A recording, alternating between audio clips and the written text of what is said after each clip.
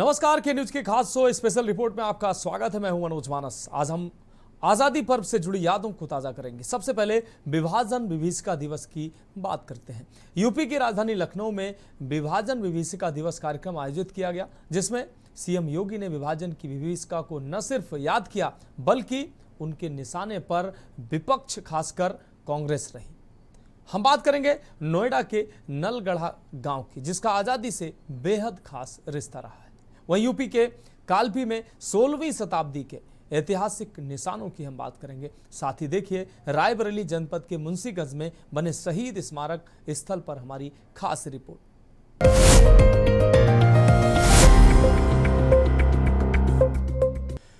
तो पहली अहम रिपोर्ट की बात कर लेते हैं। लखनऊ में विभाजन विभीषिका स्मृति दिवस पर प्रदर्शनी का उद्घाटन करते हुए मुख्यमंत्री योगी आदित्यनाथ ने कांग्रेस पर विभाजन का आरोप लगाया। उन्होंने विस्थापितों के पुनर्वास की घोषणा की और युवाओं को इतिहास से जुड़ने की जरूरत बताई। यहां लगी प्रदर्शनी में विभाजन की त्रासदी को दर्शाया गया। ये खास रिपोर्ट।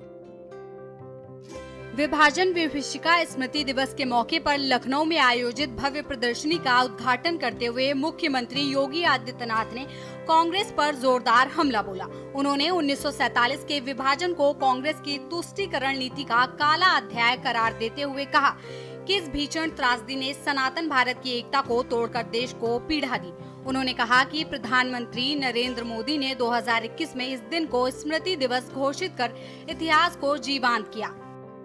विभीषिका पीड़ितों को उचित पुनर्वास देगी सरकार। 1.5 करोड़ हिंदू किस तरीके से बांग्लादेश के अंदर आज चिल्ला चिल्ला करके अपने आप को, अपनी अस्मिता को बचाने के लिए गुहार लगा रहे हैं, और दुनिया के मुंह सिले हुए कथित सेकुलरिस्ट भारत के अंदर भी इनके मुंह सिले हुए एक भी शब्द इनका नहीं निकल रहा है,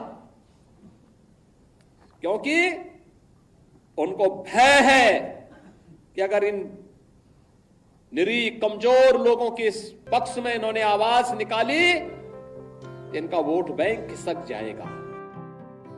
सीएम योगी ने कांग्रेस पर विस्थापितों के प्रति उदासीनता का भी आरोप लगाया। उन्होंने कहा कि जो हिंदू, सिख, बौद्ध और जैन और ईसाई समुदाय के लोग घर बार छोड़ आए, उनके लिए तत्कालीन सरकार ने न संग्रहालय स्थापित किए, उनकी पीड़ा को भुला दिया गया। इसके विपरीत उन्होंने पीएम मोदी की सराहना की, जिन्होंने सीएए के जरिए शरणार्थियों को नागरिकता और पुनर्वास का अधिकार दिया। सीएम ने कहा कि पहली बार जम्मू कश्मीर और अन्य क्षेत्रों में शरणार्थियों को सीएए से नागरिकता मिली। ये लोग भारत के विकास में योगदान दे रहे हैं, लेकिन कांग्रेस ने उनके पुनर्वास के लिए कभी प्रयास नहीं किया।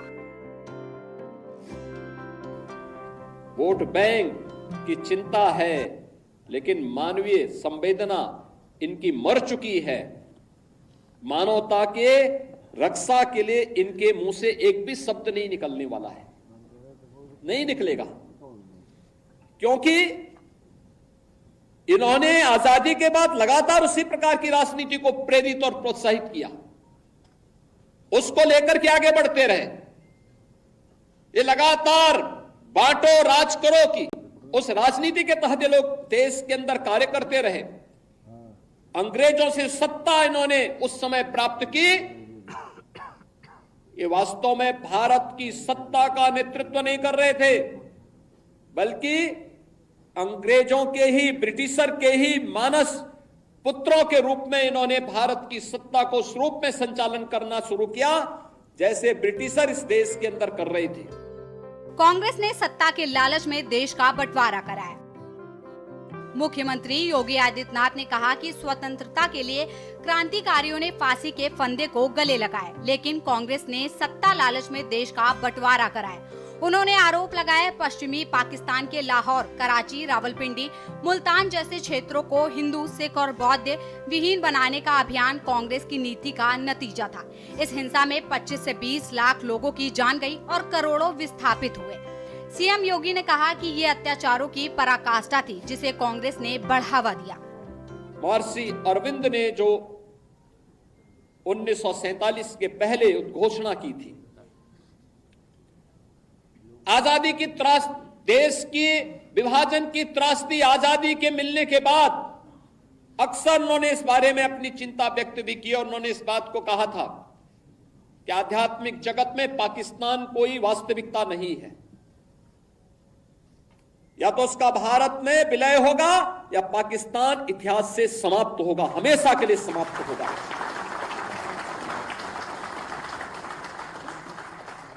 क्योंकि आध्यात्मिक जगत में जब जिसका कोई वास्तविक अस्तित्व नहीं है उसको नष्ट ही होना है,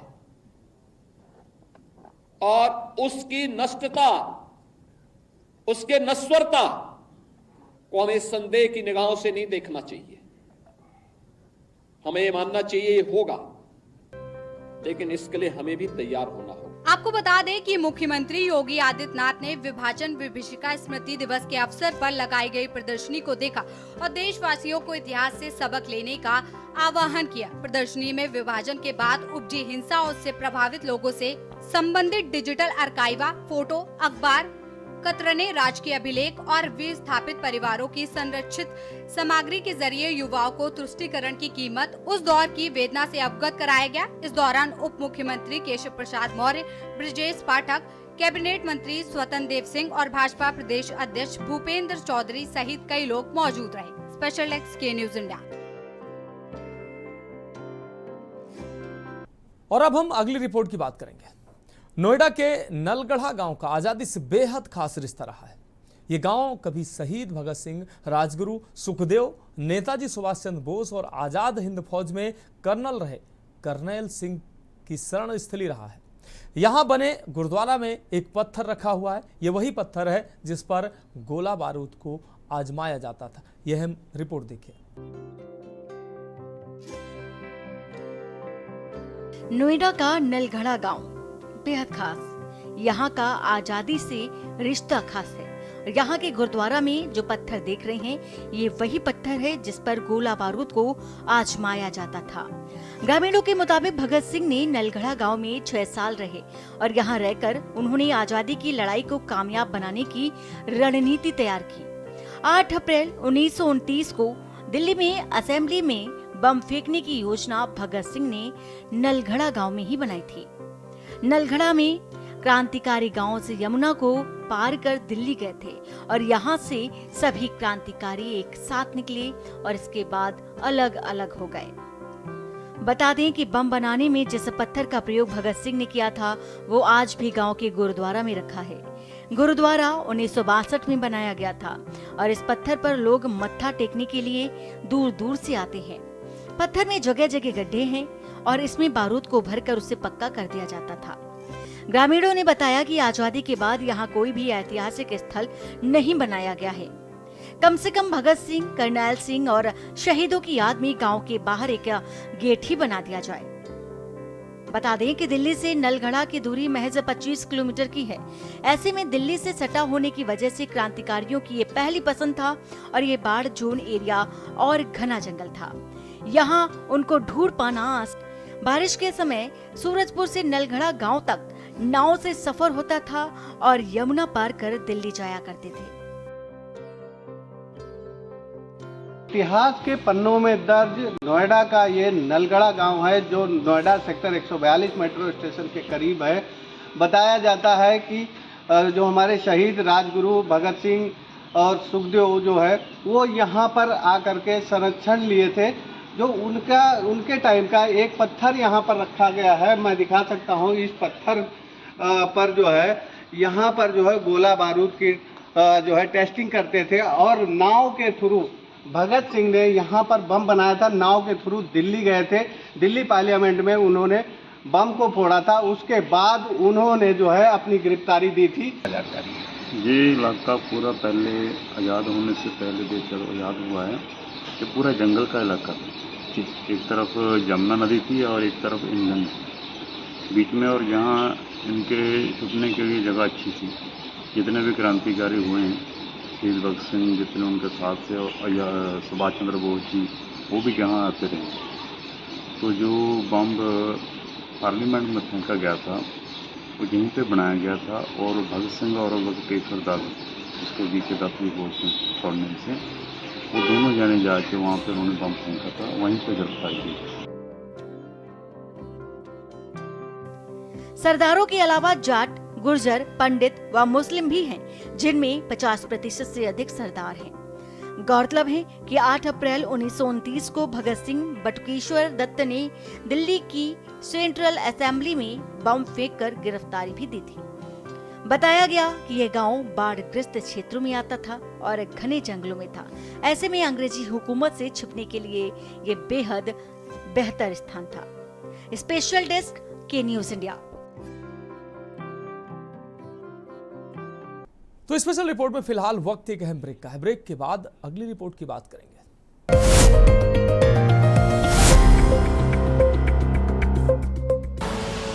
आप देख रहे हैं के न्यूज, खबरों का।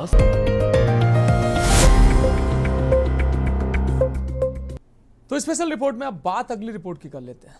यूपी के कालपी में 16वीं शताब्दी के ऐतिहासिक निशान हैं। आज भी मौजूद है ये निशान। 84 गुंबद को बादशाह लोदी शाह के द्वारा बनवाया गया था। इस मकबरे का निर्माण कंकड़ और चूने में निर्मित खंडों से किया गया।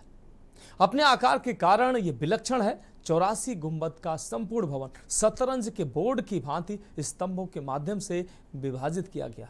इस मकबरे को 84 गुंबद इसलिए कहा जाता है कि इसके 84 दरवाजे हैं। गुंबद नुमा ये दरवाजे बने हुए। ये खास रिपोर्ट देखिए। आपको बता दें कि बादशाह लोदी शाह का मकबरा जालौन की तहसील कालपी में स्थित है। इस मकबरे को 84 गुंबद के नाम से जाना जाता है। इसके केंद्र के वर्गाकार भाग के ऊपर विशाल गुंबद निर्मित है, जो छत से लगभग 20 मीटर ऊंचा है। बता दें कि गुंबद की छत टूट गई थी, जिस पर कार्य चल रहा है। इसके अतिरिक्त चारों कोनों पर 4 लघु आकार के गुंबद निर्मित है और इस मकबरे के चारों ओर 4 भव्य प्रवेश द्वार हैं। 84 गुंबद एक दीवार वाले आंगन में एक चौकोर 9 गुंबद वाली संरचना है, जिसमें केंद्रीय गुंबद के नीचे 2 कब्र भी है। 15वीं शताब्दी के उत्तरार्ध या 16वीं शताब्दी की शुरुआत में इस गुंबद को सौंपी जाने वाली संभावित तिथि, जो इस्लामी वास्तुकला लोदी सुल्तान में से एक ही मकबरा माना जाता है। इसमें 84 दरवाजे मेहराब हैं, जो खंबे से जुड़ी खंबे की 8 पंक्तियों और एक फ्लैट छत से ऊपर की ओर। इमारत में 60 फीट की ऊंचाई का गुंबद है।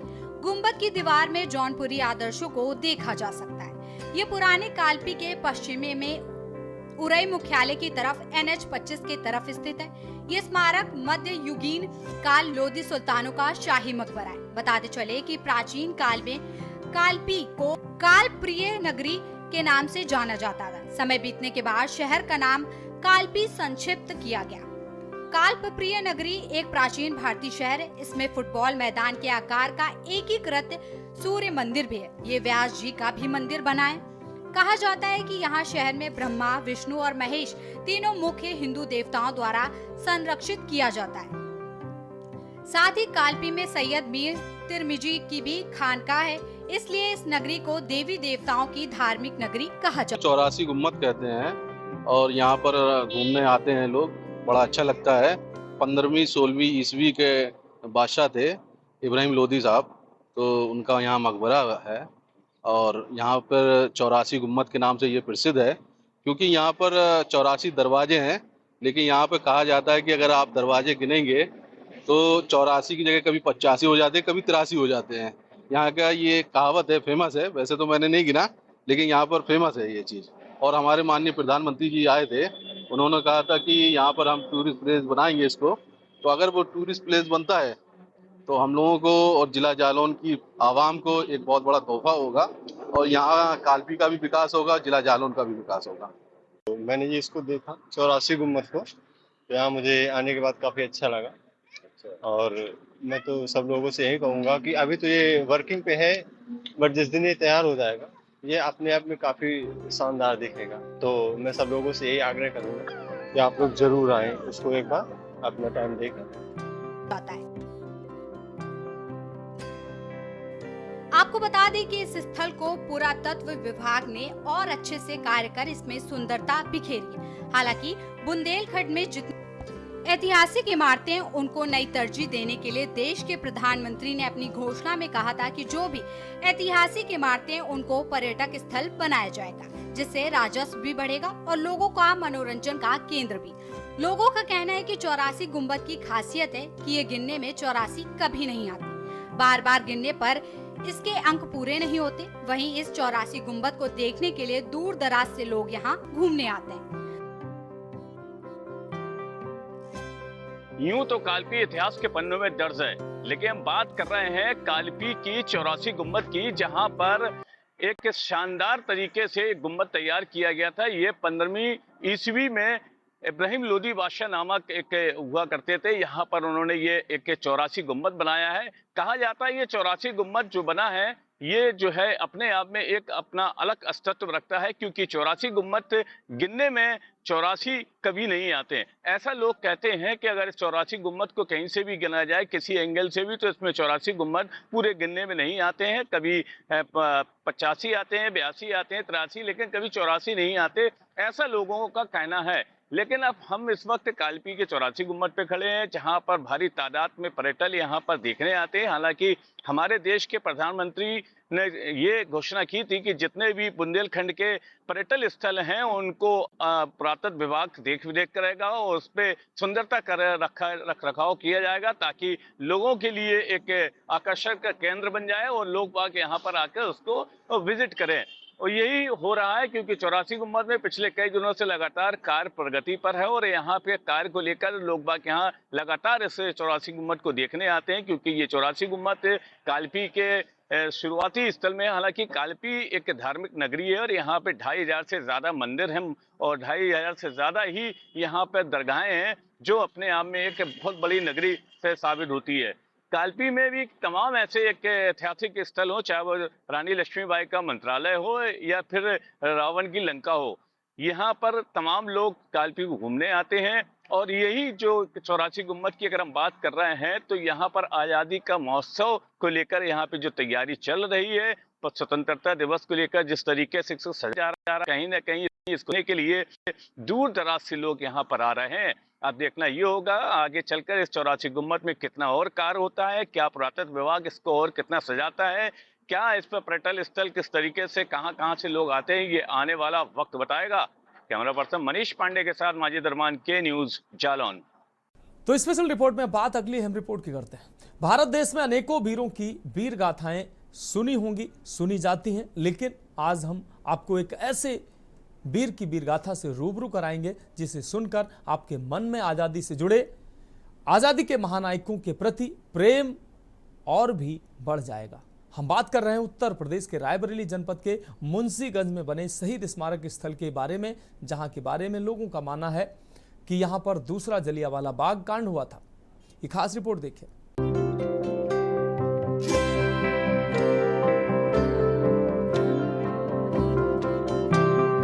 ये है रायबरेली जनपद के मुंशीगंज स्थित शहीद स्मारक स्थल, जो 7 जनवरी 1921 को हुए मुंशीगंज गोलीकांड में शहीद हुए किसानों की याद में बनाया गया है। ये स्मारक 4800 वर्ग मीटर क्षेत्र में फैला हुआ है और 1957 से अब तक शहीद हुए 1014 RPF कर्मियों के नाम भी इस पर अंकित है। बता दें कि हर साल 7 जनवरी को यहाँ शहीदों को श्रद्धांजलि दी जाती है। मुंशीगंज गोलीकांड। मुंशीगंज गोलीकांड 7 जनवरी 1921। शहीद लगभग 750 किसान, घायल लगभग 1500 से ज्यादा किसान। स्मारक शहीद स्तंभ। विकास कार्य 4.51 करोड़ सौंदर्यीकरण योजना। इतिहास के आईने में तमाम आंदोलन दर्ज हैं जो आजादी दिलाने में सहायक बने। उनमें ही रायबरेली जिले में मुंशीगंज किसान आंदोलन है। यहाँ शहीद किसानों की याद में स्मारक है जो अंग्रेजों के जुल्म और सितम के काले अध्याय के विरुद्ध भारतीय किसानों के बलिदान की याद दिलाता है। इस माटी में देश के उस किसान आंदोलन की खुशबू है जिसने अंग्रेजी हुकूमत की जड़ें हिला दी हैं। भारतीय किसानों के इस आंदोलन को मुंशीगंज गोलीकांड का नाम दिया गया। कई जानकार इसे जलियांवाला बाग कांड से भी बड़े हत्याकांड का दर्जा देते हैं। कहा जाता है कि अंग्रेजी शासन के हुक्म से सभा में मौजूद सैकड़ों निहत्थे और बेकसूर किसानों पर पुलिस बलों के द्वारा गोलियों की बौछार कर दी गई। इसके बाद सई नदी की धारा किसानों के खून से रक्त रंजित हो उठी। 750 से ज्यादा किसान मारे गए थे और 1500 से ज्यादा घायल हुए थे। राष्ट्र के लिए सैकड़ों किसानों ने अपने प्राणों की आहुति दे दी। रायबरेली शहर के एक शोर पर स्थित मुंशीगंज कस्बा सई नदी के तट पर बसा है। 5 जनवरी 1921 को किसान तत्कालीन शासकों के अत्याचारों से तंग आकर अमोल शर्मा और बाबा जानकी दास के नेतृत्व में एक जनसभा कर रहे थे। दूर दूर के गांव के किसान भी सभा में भाग लेने के लिए आए थे। इस जनसभा को असफल करने के मकसद से तालुकेदार ने तत्कालीन डिप्टी कमिश्नर एजी शेरिफ से मिलकर दोनों नेताओं को गिरफ्तार करवा लखनऊ जेल भिजवा दिया। दोनों नेताओं की गिरफ्तारी के अगले ही दिन रायबरेली में लोगों के बीच तेजी से खबर फैल गई कि लखनऊ के जेल प्रशासन के द्वारा नेताओं की हत्या करवा दी गई है। इसके चलते 7 जनवरी 1921 को रायबरेली के मुंशीगंज में सई नदी के तट पर अपने नेताओं के समर्थन में एक विशाल जनसमूह एकत्रित होने लगा। किसानों के भारी विरोध को देखते हुए नदी किनारे बड़ी मात्रा में पुलिस बल तैनात कर दिया गया। रायबरेली में उपजे हालात की गंभीरता को भांपते हुए जवाहरलाल नेहरू ने भी मुंशीगंज का रुख किया, लेकिन पहुंचने से पहले ही कलेक्टर परिसर के नजदीक की ओर रोक दिया गया। अंग्रेजी शासन ने सभा में मौजूद किसानों पर पुलिस बल द्वारा गोलियों की बौछार करा दी। इसके बाद सई नदी की धारा किसानों के खून से लाल हो गई। 750 से ज्यादा किसान इस नरसंहार में मारे गए थे और 1500 से ज्यादा हताहत हुए थे। शहीद स्मारक का जो इतिहास बहुत गहरा है, इसको दूसरा जलियांवाला बाग के नाम से जाना जाता है। 1921 में चंदनिया गांव से किसानों का आंदोलन चला था। जो यहाँ आया था तो इसी पुल के ऊपर जो है अंग्रेजी सेना के कारिंदों के द्वारा उनके ऊपर गोली चलाई गई थी, जिसमें सई नदी का पानी खून से वीरों के लाल हो गया था। आज की स्थितियाँ क्या है इसकी? आज की स्थिति की थोड़ा सा शासन ने इसको बेहतर बनाने का प्रयास किया, लेकिन अभी इसको और बेहतर करने की आवश्यकता है। अभी भी इसमें बहुत सारी कमियां हैं, गंदगी रहती है, साफ़ सफाई पर ध्यान नहीं दिया जाता है। आज बहुत सारी चीज़ें हैं। बेहतर व्यवस्था हुई है। राष्ट्र के प्रति प्रेम सरकार का है। सरकार ने बहुत अच्छा काम किया है और बहुत पैसा शहीद स्मारक के लिए दिया गया है। शहीदों के लिए, बलिदानियों के लिए हमारी सरकार ने बहुत कुछ किया है और अब ये देखने लायक है कि शहीद स्मारक अच्छा बना है। और ये जब भी देश प्रेम और राष्ट्र प्रेम की बात आती है तो ज़रूर एक बार ये कहा जा सकता है कि हाँ, योगी सरकार ने इस में बहुत काम किया और काम करने की आवश्यकता भी थी, क्योंकि हमारा देश बलिदानियों का देश है। यह राष्ट्र, समूचा राष्ट्र सिर्फ अगर आज अपने अस्तित्व में वापस लौटा है और अस्तित्व में है तो सिर्फ हमारे शहीदों के लिए, शहीदों और बलिदानियों की बदौलत है। हमारी ये धरती लाल हो गई थी 1921 में, जब 7 जनवरी 1921 में जब यहाँ शहीदों बलिदानियों ने अपना खून बहाया, तो उसकी गाथा हमें 15 अगस्त स्वतंत्रता दिवस के अवसर पर हम उसकी गाथा गाते हैं और यह देश बलिदानियों का है। हम बहुत शुभकामनाएं देते हैं राष्ट्रवाद के प्रति और देश के प्रति प्रेम रखने वाले और शहीदों के प्रति प्रेम रखने वाले, इनकी पताका सदैव फहराती रहे। मुंशीगंज कस्बे को लोग कहते हैं कि मुंशीगंज गोलीकांड भारतीय स्वतंत्रता संग्राम की ऐतिहासिक परिस्थितियों की वो अंगड़ाई थी जिसे सई का जल और सैकड़ों किसानों का तर्पण प्राप्त हुआ। इसीलिए ये कांड उस काल से ही जंग आजादी की अजर अमर गाथा बन गया। बता दें कि मुंशीगंज गोलीकांड का ही नतीजा रहा कि गुलामी के खिलाफ अंग्रेजों के विरुद्ध बिगुल फूंक चुकी कांग्रेस सिर्फ तालुकेदार और जमींदारों तक सीमित न रहकर अन्नदाता और मजदूरों की पार्टी का रूप ले चुकी थी। ये आंदोलन रहा जिसके कारण स्वाधीनता संग्राम में आम जनमानस की सहभागिता बढ़ी और आगे चलकर 1947 में स्वाधीनता का लक्ष्य प्राप्ति पूरा हो सका।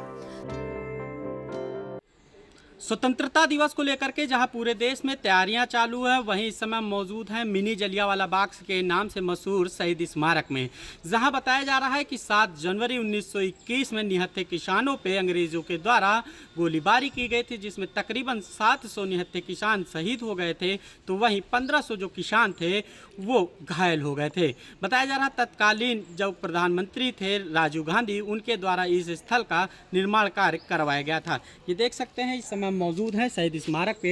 ये वही शहीद स्मारक है जहां प्रधानमंत्री रहे राजीव गांधी के द्वारा इसका जो राष्ट्र को ये शहीद स्मारक समर्पित किया गया था।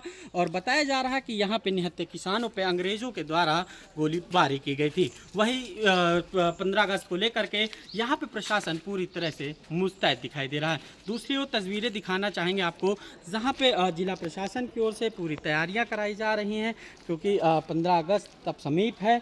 तो कहीं ना कहीं प्रशासन भी पूरे मामले को लेकर के पूरी तरह से मुस्तैद दिखाई दे रहा है। बताया जा रहा है कि किसानों के ऊपर अंग्रेज़ों ने गोलीबारी की थी, जिसके बाद इसमें सैकड़ों की संख्या में यहाँ पे किसान शहीद हो गए थे। तो इसके बगल में जो सई नदी है उसका जो रक्त था, बताया जा रहा है कि उस जो पानी है वो भी लाल हो गया था रक्त से। तो कहीं ना कहीं ये शहीद स्मारक रायबरेली में एक काफ़ी माना जाना स्थल है, जहाँ पे देखा जाता है कि काफ़ी दूर दूर से पर्यटक यहाँ घूमने भी आते हैं। केशवानंद शुक्ला, के न्यूज, रायबरेली। तो स्पेशल रिपोर्ट में आज के लिए मेरे साथ इतना ही। मुझे दीजिए इजाजत और आप देखते रहिए के न्यूज इंडिया। आप देख रहे हैं के न्यूज, खबरों का